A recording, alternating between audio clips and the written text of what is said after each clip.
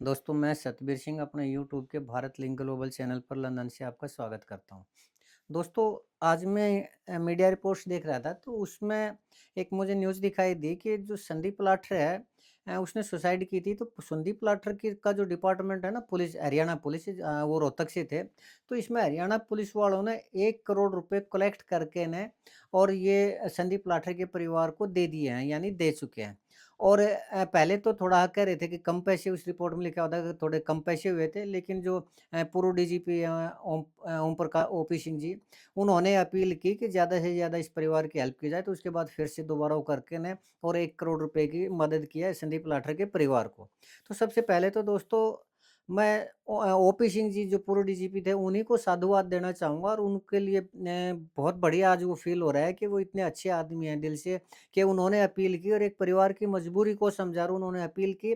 और उसके बाद पूरा पुलिस डिपार्टमेंट जिन्होंने ये समझा कि हमारे बीच का एक साथी अगर वो पुलिस डिपार्टमेंट के महकमे के लिए अगर उसने अपनी जान दी है तो इस परिवार की मदद ज़रूर करनी चाहिए। और उन्होंने 1 करोड़ रुपए कलेक्ट किए और संदीप लाठर के परिवार को दिए। तो इसके लिए पूरा हरियाणा पुलिस डिपार्टमेंट बधाई का पात्र है दोस्तों, और ऐसा होना भी चाहिए। लेकिन इसका ये तात्पर्य नहीं है दोस्तों कि कोई और 1 करोड़ रुपए के चक्कर में सुसाइड कर ले। सुसाइड करने वाले को दोस्तों माफ़ी भी नहीं मिलती, लेकिन ये तो चलिए मामला दूसरा था। कुछ फिर ये था कि सरकार ने खुद घोषणा की थी। ख़ैर चलिए दोस्तों, बातें हैं मेन मुद्दे के ऊपर। तो इसमें दोस्तों कुछ 2-4 दिन पहले भी मैंने एक वीडियो बनाई थी, और वो वीडियो भी मीडिया रिपोर्ट्स के बेस पे थी। उसमें संदीप लाठरी की जो माताजी थी और उनकी धर्मपत्नी थी, वो मीडिया के सामने एक इंटरव्यू देने लग रहे थे और उनकी आँखों में पानी था। ऑब्वियसली भाई उनका लड़का गया है तो देखो दुःख तो होगा ही होगा।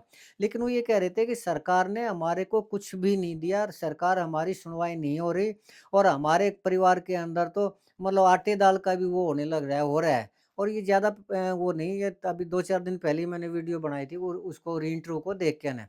तो मेरे को बड़ा दुःख हुआ दोस्तों इस चीज़ का। लेकिन वीडियो भी मैंने बनाई थी और अपील भी की थी। लेकिन थोड़ा अब जो मीडिया रिपोर्ट्स मिल रही है उससे ये था कि शायद 65 लाख रुपए तो शायद पहले दे दिए थे, और ओपी सिंह जो पूर्व डीजीपी हैं उनकी अपील से फिर दोबारा इकट्ठे किए हैं। तो अगर पुलिस डिपार्टमेंट ने पहले उस परिवार की आर्थिक मदद कर दी थी, तो शायद उनको ये नहीं कहना चाहिए था कि सरकार ने हमारी कोई मदद नहीं की। मदद तो पुलिस डिपार्टमेंट भी तो सरकार का ही डिपार्टमेंट है, वो कोई सरकार से अलग थोड़ी है। ऐसा नहीं बोलना चाहिए था। और इतना ठीक है, मैं मानता हूँ कि दुःख हो रहा है, लेकिन अगर और इससे ज़्यादा क्या माँग हो सकती है? देखिए, पहली बात तो मैं एक बार थोड़ा डिस्कस करना चाहूँगा उन्होंने माँग क्या-क्या मानी थी। पहली बात तो उन्होंने ये कहा था कि एफआईआर के अंदर जिस-जिस के नाम हो उनके ऊपर कार्रवाई होनी चाहिए। उसमें नाम किस-किस के थे? एक तो ये गनमैन था सुशील बंसल, या क्या नाम था इसका, सुशील ये था। इसके ऊपर उसका नाम था एक अवनीत पी कुमार जी थे, जो वो आईजी पूर्ण कुमार जी की धर्मपत्नी थी, उनका नाम था। एक अवनीत पी कुमार जी के भाई थे जो कि पंजाब के अंदर विधायक है, एक उनका नाम था रतन कुछ ऐसा नाम था, उनका नाम लिखा हुआ था।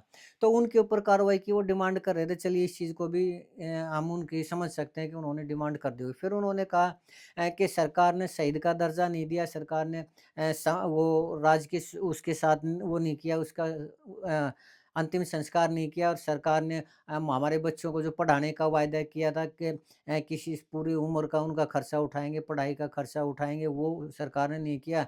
और नौकरी की अभी सिर्फ़ प्रक्रिया है, वो चल रही है, और हमारे को तो नौकरी कौशल रोज़गार निगम के तहत दी जा रही थी, और उसको हमने मना कर दिया। तो अब कह रहे हैं कि चलो और कोई नौकरी दे देते हैं। तो थोड़ा हाँ दोस्तों, मैं इस विषय के ऊपर डिस्कस करना चाहूँगा। तो पहली बात तो ठीक है, सरकार कौशल रोज़गार योजना के तहत देना चाह रही थी, लेकिन परिवार ने मना कर दिया, तो सरकार ने वो माँग स्वीकार कर ली। इसके लिए भी सरकार बधाई की पात्र है। एक अच्छी बात है कि सरकार मान ली, और वो उन्होंने एमडी यूनिवर्सिटी के कैंपस स्कूल के अंदर उनको टीचर की नौकरी दे दी। हालाँकि रूल के हिसाब से एक्स ग्रेशिया के अकॉर्डिंग तो उसको पुलिस डिपार्टमेंट में ही मिलनी चाहिए थी, हवलदार की ड्यूटी मिलनी चाहिए थी। लेकिन चलिए वहाँ पर भी वो एमए, बीएड है, मैथ के साथ उनको टीचर की नौकरी दे दी कि ये भी एक अच्छी बात है। तो इसमें वो नहीं होना चाहिए कि सरकार ने कुछ नहीं किया। दूसरा फिर ये है कि जो उसकी फैमिली पेंशन है, वो थोड़ा हाँ टाइम तो लग सकता है, आज नहीं तो कल। चलिए मान लिया कि अब तक नहीं दी होगी, लेकिन प्रोसेस है, डिपार्टमेंट के प्रोसेस है, इसमें डिले तो होती ही होती है।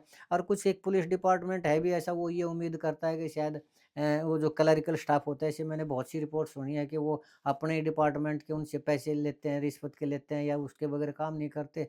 लेकिन चलो मुझे उम्मीद है कि इसमें ऐसा नहीं होगा और आज नहीं तो कल, कल नहीं तो परसों वो पैसा भी उसका जितना ग्रेच्युइटी वगैरह का था या फिर उसके जो जमा थे वो और फैमिली पेंशन वो तो नियमों के मुताबिक पेंशन है वो जो मिलेगी ही मिलेगी। उसके लिए थोड़ा-सा इंतज़ार करना चाहिए। और रही बात उसकी नौकरी की, तो ठीक है नौकरी उनको मिल रही है, पुलिस में नहीं तो स्कूल के अंदर मिलनी चाहिए, तो उसमें भी उस परिवार को संतुष्ट हो जाना चाहिए।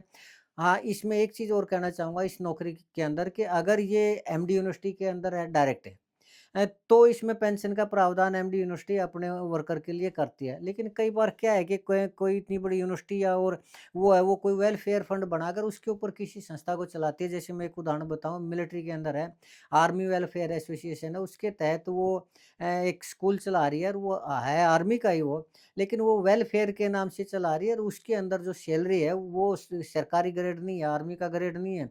वो जैसे एक प्राइवेट स्कूल में मन मर्जी के मतलब गला काट वो होती है तनख्वाह होती है कि वास्तव में कुछ होती है, दिखाई कुछ जाती है और 10-10, 12-12 हज़ार रुपए के कुछ टीचर रख लिए जाते हैं नाम आर्मी का, तो वो उसमें ऐसा चल रहा है और ये काफ़ी टाइम से चल रहा है। इस चीज़ की भी इंक्वायरी होनी चाहिए जो मिलिट्री के बड़े अधिकारी हैं, उनको इस चीज़ को भी गौर से वो करना चाहिए और ये बात है देहरादून की। देहरादून में इस तरह का कोई स्कूल है और वो शोषण किया जा रहा है वहाँ पर टीचर का। इसकी कंप्लीट रिपोर्ट मैं फिर कभी बनाऊँगा। चलिए दोस्तों, तो अब बात आ रही थी संदीप लाठर जी के परिवार की, तो इसमें मैं ये कह रहा था कि अगर वो कैंपस स्कूल इसी तरह यूनिवर्सिटी के किसी वेलफेयर वो उसके तहत आता है, तो उसमें मुझे लगता है कि शायद पेंशन का प्रावधान ना हो। हालाँकि मैं क्योंकि इंडिया के अंदर हूँ नहीं तो इस चीज़ की मैं इंक्वायरी नहीं कर सकता। लेकिन अगर वो डायरेक्ट एमडी यूनिवर्सिटी के अंडर में है यानी अपॉइंटमेंट लेटर है, वो अपॉइंटमेंट लेटर कौन देता है? डायरेक्ट एमडी यूनिवर्सिटी देती है या कोई आदमी देता है, उसका कुछ एसोसिएशन का कोई वो देता है, सेक्रेटरी वगैरह देता है, तो एक बार उसको ज़रूर देख लें और उसका ये पता कर लें कि उसमें पेंशन का प्रावधान है या नहीं है और अगर पेंशन का प्रावधान नहीं है और पूरा ग्रेड नहीं मिलता, तो इस चीज़ को संदीप लाठर के परिवार को मीडिया में उठाना चाहिए और सरकार इस चीज़ का शायद कोई न कोई समाधान कर देगी, लेकिन हो सकता है ना भी करे, तो ये बात मीडिया में आ जाएगी, तो उसके ऊपर फिर जो जनता प्रेशर डालेगी, तो शायद फिर ठीक हो जाएगा मामला। खैर चलिए, लेकिन मेन बात ये थी कि दोस्तों सरकार प्रयास करने लग रही है देने का, भले ही आज अभी तक उसको कुछ भी ना भी मिला हो, लेकिन थोड़ा-सा इंतज़ार करना चाहिए संदीप लाठर के परिवार को, संदीप लाठर की मिसेज़ को, संदीप लाठर की माताजी को इंतज़ार करना चाहिए। देखिए संदीप लाठर तो जा चुका है, वो तो वापिस आने से रहा। तो अब परिवार को ये चीज़ सँभालनी होगी और मैं एक चीज़ और बताता हूँ, मैं विशेष रूप से संदीप लाठर की मिसेज़ को बताना चाहूँगा कि अब सारी परिस्थितियों को देखते हुए उन्हें खुद ये सोचना पड़ेगा कि अगर कोई भी दूसरा आदमी ये सोचती है कि ये मेरा अपना है, ये हमारा अपना है, ये मेरा रिश्तेदार है या फिर ये संदीप लाठर का मामा है या ये कोई भी किसी का नहीं होता आज के दिन। संदीप लाठर के मामा चलिए उसके ऊपर डिस्कस नहीं करते, नहीं तो वो भी थोड़ा-सा चलिए कोई बात नहीं छोड़िए उस चीज़ को। लेकिन थोड़ा-सा मैं ये चाहता हूँ कि संदीप लाठर का परिवार अगर सरकार से टकराने की बजाय, सरकार से शांति से या प्यार से किसी चीज़ का वो करे तो शायद संदीप लाठर के परिवार को कुछ बेहतरीन सुविधाएँ तो क्या है, ये सुविधाएँ तो वही मिलेंगी जो कि नियम के मुताबिक है, नियम से अलग तो कुछ मिलेगा नहीं। लेकिन अगर वो बार-बार सरकार के साथ टकराने का या सरकार को वो करने का, उँगली लगाने का वो करेगी तो शायद हो सकता है सरकार पीछे भी हट जाए और अभी शायद कुछ ऐसे फंड रह रहे हैं जैसे गवर्नर ने 2.5 लाख की घोषणा की थी तो वो भी शायद अभी नहीं आए हैं। अगर सरकार संदीप लाठर की पत्नी अगर आराम से और थोड़ा उससे माँगेगी तो वो 2.5 लाख रुपए भी आ जाएँगे और भी जो सरकार ने घोषणा की है, वो भी आ जाएँगे। लेकिन अगर बात ये है कि उनके ऊपर कार्रवाई नहीं की तो ये सरकार के ऊपर छोड़ देना चाहिए। क्यों? क्योंकि उसने एक संदीप लाठर को ही नहीं देखना, उसने अमनीत को भी देखना है और उसने अमनीत पी कुमार जी के जो हस्बैंड थे वाई पूर्ण कुमार जी, उन्होंने जो 13-14 अधिकारियों के नाम लिखे हैं, वो रीढ़ की हड्डी थे, उनको भी देखना है। सरकार ने बहुत कुछ मैनेज करना है। तो उसमें सरकार को अगर बार-बार उस चीज़ को कुरेदा जाएगा, बार-बार उस चीज़ को उँगली लगाई जाएगी, तो ये आने वाले टाइम में संदीप लाठर के लिए घातक हो सकता है, के परिवार के लिए घातक हो सकता है। तो अब जो हो चुका है मेरे हिसाब से अब ज़्यादा लालच ना करके ना अपने आगे की ज़िंदगी को और एक ढर्रे में चलाएँ और अपने खुद को आप आत्मविश्वास के साथ चलाएँ, ना कि किसी रिश्तेदार के उससे, या फिर ना कि ये संदीप का ये लगता है, संदीप का वो लगता है। आज के दिन कोई किसी का नहीं लगता। आज के दिन जिसके ऊपर एक हरियाणवी के अंदर कहावत होती है कि जो मैरिज होती है ना, वो बने-बनी की होती है, बाकी बाराती होते हैं। तो ये सोच के चलना चाहिए, बाकी बाराती हैं। और जो परिवार को सँभालने की ज़िम्मेदारी है, वो संदीप लाठरी की धर्मपत्नी की है। अब संदीप लाठरी की माताजी की भी एज ज़्यादा हो चुकी है, वो तो ज़्यादा से ज़्यादा 1-2 बार मार्गदर्शन या जितना उनको पता है उसी हिसाब से कह सकते हैं। लेकिन अब बच्चों को सँभालना है संदीप लाठरी की मिसेज़ को, तो मैं तो यही कहना चाहूँगा कि बार-बार मीडिया में इंटरव्यू देके, बार-बार सरकार के ऊपर एलिगेशन लगा के या सरकार की तरफ उँगली करने की बजाय, जो मिल रहा है, सरकार जो देने लग रही है, उसी में अपने परिवार को सँभालें। और जो पुलिस डिपार्टमेंट ने 1 करोड़ रुपए दिए हैं, वो बहुत अच्छी सहायता है। उनको भी पुलिस डिपार्टमेंट का धन्यवाद करना चाहिए कि दुःख की इस घड़ी में उनके डिपार्टमेंट ने संदीप लाठर के परिवार का साथ दिया, उनके बारे में सोचा और अपनी सैलरी में से पुलिस डिपार्टमेंट ने उस परिवार का सहयोग किया। उसके लिए उनको संदीप लाठर की मिसेज़ को भी अपने पूरे डिपार्टमेंट का धन्यवाद करना चाहिए, ताकि उससे डिपार्टमेंट की नज़रों में भी उनका सम्मान बढ़े और अगर आगे फिर कोई ज़रूरत पड़े तो उनका जो डिपार्टमेंट है वो उनका साथ दे। बजाय किसी तरह का लालच देकर या सरकार से टकराने की बजाय वो थोड़ा-सा अगर दिमाग से काम लें, थोड़ा शांति से काम लें तो ज़्यादा बेहतर है।